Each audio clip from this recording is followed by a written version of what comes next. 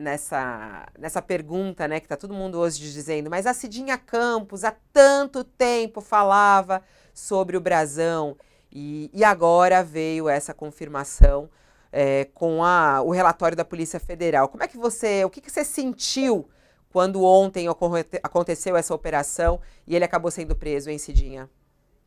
Eu nem sei o que eu senti, eu fiquei em êxtase. A palavra é êxtase. Sabe por quê? Eu denunciei o Brasão pela primeira vez em 2004. E de lá para cá, nós temos tido confrontos violentos, sabe? Porque é, existe uma ala política e dentro da sociedade que acha que mulher tem que ser delicadinha, fininha, sei que lá. Eu vou para a briga, eu vou para a briga. Se eu tivesse medo, eu não teria denunciado o Brasão, porque muita gente sabia do que ele fazia, como ele e sua família agem nos negócios e na vida. E ninguém teve coragem de falar. Daí eu fui para a briga e deu no que deu. Eu não me sinto feliz com isso tudo. Foi preciso morrer uma pessoa que eu nem conhecia. Eu não conhecia a Marielle. Mas é tão triste saber que eles chegaram ao cúmulo de matar uma vereadora porque achavam que ela não tinha expressão política. Para eles, ela era insignificante. Então, pode matar que ninguém vai notar. É mais uma vereadora, como tantas vereadores que matam na Baixada Fluminense. Só que alguma coisa fez com que a Marielle servisse de exemplo para essa tragédia toda que vive o Rio de Janeiro. Nós temos um monte de políticos que podiam estar algemados como eles. Sabe, um monte. Mas a gente vai vivendo assim. Eu não estou mais na política, eu me sinto um pouco, agora, impulsionada a falar de um assunto que para mim tinha morrido. Eu saí da política, não estava mais fazendo política, eu sofri tanto por causa do Brasão, mas a solução do caso me traz de volta a esse assunto. E a esperança de que as coisas mudem, Cidinha, porque a gente estava até ouvindo agora há pouco. Ah, voltou aqui. Tinham desaparecido aqui da tela. Eu já ia emendar uma outra pergunta, mas vamos lá, vou abrir a palavra para vocês, que senão eu vou aqui já emendando outra pergunta para a Cidinha. Vai lá, Madá. Deputada, tudo bom com a senhora? Queria que a senhora comentasse essa questão do Brasão. Ele está na política, ele tem a primeira acusação dele, se eu não me engano, a senhora é jornalista também e sabe melhor que eu, de 1987. Ele é acusado de um homicídio naquela época. Já foi preso por outras questões, já teve metido com diversas coisas. E hoje em dia tudo é analisado sob o ponto da polarização, de direita e esquerda. Eu queria um comentário da senhora sobre isso. Criminoso, crime organizado, milícia, eles têm lado partidário ou não? Tem não, Ana, tem não, tem criminoso de qualquer lado, sabe? O Brasão nem tinha lado. Ele era um oportunista que tanto puxava o saco da esquerda como da direita. O que ele queria era cargos, terras, muitas terras. Eu estava vendo agora uma denúncia que eu recebi, porque eu peguei tudo que eu tenho do Brasão, são 84 páginas, coisas que eu anotei sobre ele. A invasão de Taboinhas, como aquilo cresceu, como eles ganharam dinheiro com aquilo e que nunca foi motivo de investigação. Eu não sei como ele conseguiu calar tantas pessoas. Só a compra não explica. É a omissão também do poder público. Deixa para lá, está todo mundo roubando mesmo, deixa roubar. Então, isso veio ontem, quando eu vi aquele avião, Polícia Federal, e ele descendo a escada, me deu um conforto de saber que não foi em vão. Porque tanta coisa a gente faz que não dá em nada, que podia ser mais um. A senhora está convencida de que esse caso vai, de fato, dar em alguma coisa, ou a senhora teme que acabe também não dando em nada? Você me deixou com medo agora, porque não tinha me ocorrido essa opção de não dar em nada. Quando eu vejo a polícia levando cada um indo para uma cela diferente, porque não podem se falar, eu ainda acredito nisso. Mas, de repente, você fala, você ainda acredita que vai dar em alguma coisa? Me coça aqui a inteligência e eu começo a temer pelo que pode acontecer. Eu não tenho certeza de nada. Não tenho certeza de nada. Eu só tenho certeza de uma coisa: eles são bandidos e merecem estar onde estão hoje. E tomara que isso permaneça. Não sei se vão permanecer, não tenho certeza. Nessa era de incertezas, Cidinha, uma coisa é certa, né? Esse tipo de político ascende, ganha proeminência, ganha mandato, porque a sociedade vota neles, né? E está havendo no Rio de Janeiro uma milicialização da política, né? Os milicianos adquiriram ou aderiram àquela lógica das coalizões, né? Eles dominam o território, controlam o voto, elegem as suas bancadas e passam a indicar os seus prepostos para cargos públicos, na esfera municipal, estadual e até federal, né? Por que a sociedade fluminense se habituou a esse movimento? Porque a milícia está até substituindo o tráfico em determinadas regiões, né? Por que a sociedade do Rio de Janeiro não reage? Ainda outro dia, a milícia, os criminosos, mataram 3 médicos ali na orla de Copacabana, e foi como se nada tivesse acontecido. A imprensa noticiou, com algum estardalhaço até, mas não houve nenhum movimento no Rio de Janeiro se contrapondo a isso. Por quê? A sociedade do Rio está anestesiada. Se acostumou. Aconteceram tantos crimes, são tantas denúncias, que o povo acabou se acostumando.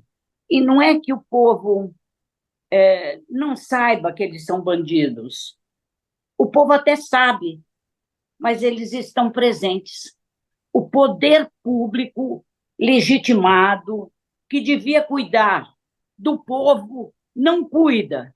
Daí chega um bandido desse, que oferece um bolo numa festa de Cosme e Damião, e o povo fica agradecido. Então, isso é a ausência do poder público, da justiça, do Ministério Público, da COAF, de todos os órgãos públicos que deviam combater isso tudo. Então, é isso. Eles crescem na medida que o poder público não está presente. Cidinha, eu quero voltar no brasão, porque você, infelizmente, é uma especialista em brasão, né? Como alguns falam, né? Impressionante como há quantos e quantos anos a senhora fala sobre ele e usou a sua força política para isso, né? Qual foi a primeira suspeita sua de que ele estava envolvido num crime? O primeiro crime que você descobriu dele, porque você diz aí que tem 80 páginas, até mostrou pra gente aí um calhamaço, né, de tudo que você já reuniu em relação a ele. Qual foi aquela primeira descoberta? Quais são os crimes que você sabe que ele já cometeu? Você tinha alguma desconfiança de que ele poderia estar envolvido no crime da Marielle? Você já tinha essa desconfiança? Isso tinha passado pela sua cabeça? Não, só quando apareceu a denúncia de que eles estariam acusando uma pessoa que não estava envolvida para desviar o rumo da investigação. Em 2018, eu acho, apareceu o nome dele. E quando apareceu o nome Brazão, nesse inquérito, nessa investigação, eu disse, é ele. Porque de todos os nomes que eu tinha lido, ouvido falar, nenhum se adequava tanto a essa violência como o nome do Brazão. Eu não tive mais dúvida, é ele. Mas eu não podia fazer nada. A gente pode tão pouco, erram as pessoas que acreditam que deputado pode muito, não pode nada, não pode nada. Está submetido à mesma violência que o povo. E a única coisa que nos resta é falar. E é o que eu fiz, eu falei, só isso. Mas e os primeiros crimes? É aquilo que eu lhe perguntei, né? Qual foi o primeiro eu crime que primeiro, você descobriu dele? No que ele está envolvido, que você tem conhecimento, que você tem aí, que você já denunciou, inclusive? bom, começou, eu acho, a minha primeira denúncia, nem tenho certeza se é essa, era a falsificação de combustível. Ele começou a comprar um monte de postos de gasolina. Eu denunciei por enriquecimento ilícito, porque não é possível que um cara que tinha, eu anotei aqui, sei lá, 400 mil reais ou 240 mil reais em um ano, no ano seguinte tenha milhões. E é incrível que o poder público, quando eu falo poder público, eu falo COAF, porque na COAF eu fui pessoalmente. Eu e meu chefe de gabinete fomos lá para levar o que tínhamos de irregular na vida dele, como é que ele se apresentava assim, dono de tantas coisas, ele não tinha lastro para aquilo que ele tinha. Não tinha lastro. Então, nós fomos lá, fomos muito bem recebidos, cafezinho, mostraram a vida dele num painel sofisticado, brasão, CPF, número tal, tal, tal, mas não resolveram nada, não fizeram nada. Ele continuou enriquecendo, ficando cada vez mais rico. Eles alimentam o marginal com a sua inoperância. Eles podiam ter barrado ali. Naquele ato, eles podiam ter dito, não, isso está irregular, mas nem um ato. Não saiu nada de lá para contestar o que eu estava dizendo, nem apoiar o que eu estava dizendo. Simplesmente eu não existi na COAF. Isso me indigna muito, sabe? Que eu bati muito cabeça por causa do brasão. Não foi assim, ó, a Cidinha faz um discurso contra ele, ele faz um discurso contra ela. Não, foi sofrido. Você é mulher, sabe disso. É muito doloroso tomar porrada de homem na frente de um monte de homens, ele te xingando, te humilhando, e nada é feito. Ele me agrediu violentamente na sala do presidente da Alerj. E nada aconteceu. Daí todos foram tomar um cafezinho juntos quando acabou aquilo e eu me senti órfã. Então, o primeiro caso que eu me lembro é do combustível. Fraude de combustível e enriquecimento ilícito. Daí eu comecei a prestar atenção na declaração de imposto de renda dele, nos anos eleitorais. E eu sabia que aquilo não era verdade. Agora, por que eu sabia, o poder público não sabia? Por que a Receita Federal não sabia? Como é que aprova uma conta de um cara desse? Se eu errar 1 milímetro de um tostão na minha conta, eu vou presa. Agora o Brasão errou, e ninguém falou nada. Teve uma vez que ele pagou uma multinha de 130 e poucos mil reais. Qual foi a origem, deputada, do episódio em que ele a ofendeu? A senhora agora diz que ele a humilhou, né? Chamou a senhora de vagabunda, ordinária, e a senhora reagiu, né? E mencionou o fato de ele já ter matado alguém, ele aí parece que admitiu que, de fato, matou. Qual foi a origem Ô, desse Josias, ela desentendimento? Por que ele caiu a ocorreu? ligação com ela, Josias, Que pena. infelizmente. A gente está tentando retomar a ligação com ela, mas muito forte a hora que ela diz isso, né? É muito doloroso para uma mulher ser agredida por um homem da forma como eu era agredida na frente de vários homens e ninguém fazia nada, né? E ela teve esse episódio que você está contando aí, até a gente está tentando retomar a ligação com ela, no qual... Já retomamos. Vai lá, Josias, pode fazer sua pergunta, que eu acho que a Cidinha já está ok de novo conosco aqui. Já retomamos a ligação com ela. Retoma a sua pergunta, por favor. Eu estava lhe perguntando, deputada, a senhora mencionou o fato de ter sido humilhada por ele, né? Houve um episódio em que ele a chamou de vagabunda, ordinária, e a senhora reagiu e mencionou até um crime que ele teria cometido, um assassinato, e ele lhe deu a resposta. Por que houve esse desentendimento? Qual foi a origem? E como isso acabou?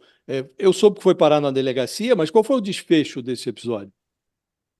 Ou não teve desfecho. O que aconteceu foi o seguinte: estava se discutindo um projeto de lei e eu fiz 2 emendas para punir deputados que fossem acusados de roubo em virtude do seu mandato, mas não aquele que estava em vigor em qualquer mandato. Quando entrou a palavra qualquer mandato, ele se sentiu atingido, porque agora ele estava legalizando a vida fiscal dele. Demoraram tanto que ele resolveu botar ordem na casa. Então ele achou, bom, mas se forem lá para trás me investigar, eu estou perdido.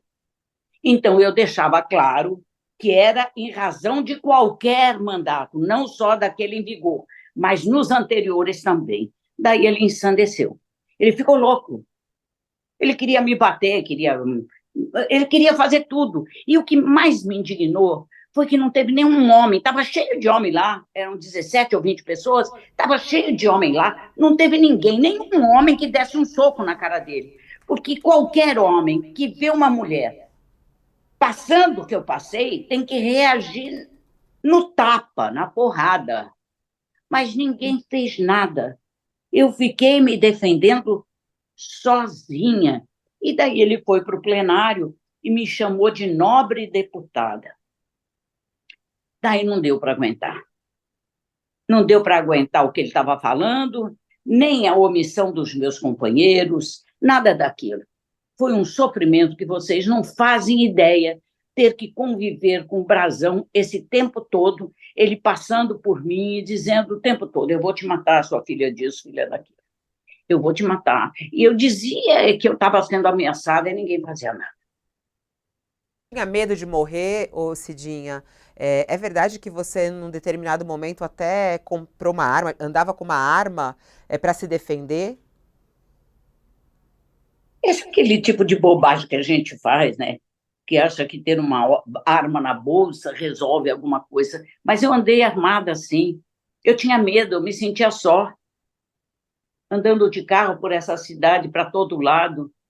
E eu digo, meu Deus do céu, eu vou morrer atirando. Mas eu não quero morrer, nem nunca quis morrer, nem... Não é isso. O negócio é você ser defendido pela lei, pela justiça, pelo Ministério Público. Quando você faz esse tal de Rivaldo, esse delegado, eu estou indignada dele estar envolvido nisso. Ele cansou de ir no meu gabinete. Eu quero ajudar na sua investigação com o Brazão, e a boba que entregava tudo. E ele provavelmente ia levar tudo que eu sabia para a família Brazão. Então, é perigoso ser político. Esse ponto é importantíssimo. Que Deputada, eu queria que a senhora contasse um pouco mais sobre esse delegado, porque com várias pessoas que eu conversei da política do Rio de Janeiro, e não é gente desavisada, não, gente muito experiente, inclusive o próprio Freixo acho que falou disso. Falou há pouco. Todo mundo muito surpreso com a participação desse delegado. A família está surpresa, ok, porque não tem experiência no crime, mas o Freixo tem, a senhora tem. Qual que era o seu relacionamento com esse delegado ao longo do tempo? Como que a senhora conheceu? Qual a imagem que a senhora tinha dele? Eu tinha uma imagem de um delegado eficiente, do bem, interessado realmente em diminuir a violência e me ajudar. Ele ia no meu gabinete, ele tem uma cara de anjo barroco, você já viu a cara dele? É anjo barroco, aquela carinha tal. E daí eu me deixei levar por essa aparência de bondade, e também não havia nenhuma denúncia contra ele antes disso. Então, ele queria me ajudar, como eu estava precisando de ajuda, eu dizia para ele, olha, o Brazão tem essa casa, o Brazão fez isso. Eu entregava o ouro ao bandido, literalmente. Então, a minha surpresa ontem foi mais do que surpresa. Foi, sabe, uma punhalada. Nossa, A senhora tem medo de ele ainda cometer algum ato contra a senhora? Você resolveu me deixar com medo hoje, não é isso? Ô, Thales, alivia pra Cidinha, Ai, Thales. Resolveu tirar meu sono. A Cidinha é uma guerreira no Rio de Janeiro, conhecida há muito tempo. Ela não tem medo de nada. Muito Ah, você que pensa. Você que pensa. Eu não sei. Sabe, eu tenho medo de covardia. De morrer eu não tenho medo. Mas a Eu tenho senhora acha que medo. ele pode tomar alguma atitude contra a senhora? Com o poder público do jeito que é, estou chamando poder público todos os poderes. Do jeito que é, daqui a pouco esse safado marginal está na pista. E daí, como é que eu faço? Como é que fica a minha cara falando tudo isso que eu estou falando para vocês? Não é? Ele cobra. O brasão cobra. Se não cobra por dinheiro, ele cobra no tiro. Ele é um bandido que mata, que manda matar. E, às vezes, se faz de bonzinho, como se fez no caso da Marielle. Ele ficou o tempo inteiro dizendo que não conhecia a Marielle, que não sabia nem quem era. Talvez não tivesse sido apresentado formalmente a ela, mas sabia do trabalho que ela estava fazendo que podia prejudicá-lo. E foi por isso que ele mandou matar. Então, eu tenho medo, sim. Ô Cidinha, tem tanta gente comentando aqui, aliás, te dando parabéns, falando assim, olha, a Cidinha é sensacional da forma como ela fala. Por que será que ela deixou a política? Porque essa voz forte, guerreira na política é tão importante. Por que você saiu da política, Cidinha? Foi por causa Eu não disso? saí, me tiraram, eu não ganhei a última eleição. Entendeu? O povo gosta muito da gente, mas na hora de votar prefere o brasão, você acredita? Você perdeu essas últimas eleições, você se candidatou a deputada estadual ou federal? 2018, estadual. Eu me candidatei a deputada federal e não me elegi, estadual e não me elegi. Então, Elegeu. eu achei que o povo tinha cansado de mim, que não precisava mais. Aí E você não agora, esse ano, pretende. você não está disputando? Hein? Vereadora, não. Esse ano você não está Vereadora, disputando a cadeira. É. eu não quero voltar. Eu não tenho mais idade para isso. Está na hora de eu pegar os meus papéis, os meus documentos.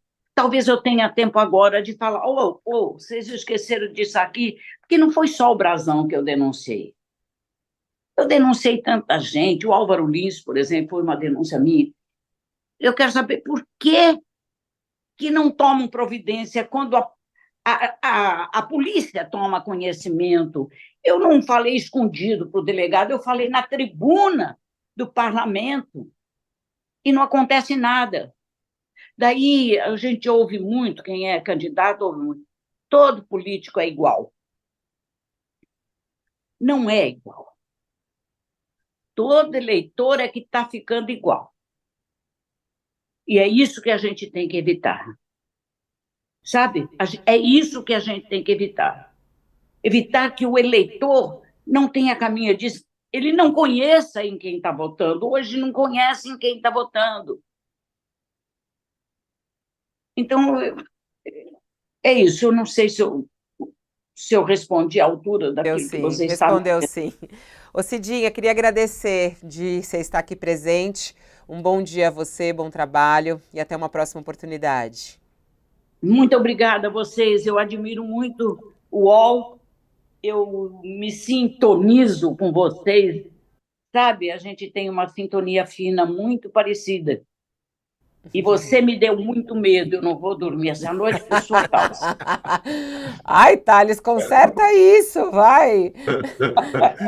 Eu fiz um elogio beijo público grande a pra ela. Eu conheço a Cininha, eu sou carioca, acompanho a Cidinha há muito tempo. Ela no rádio, ela fazia um programa de muita audiência e sei que ela é corajosa e enfrenta essas batalhas há muito tempo. Há muito tempo. Um beijo para vocês. Um beijo, Tchau. Cidinha Campos Tchau, aqui tchau. conosco hoje.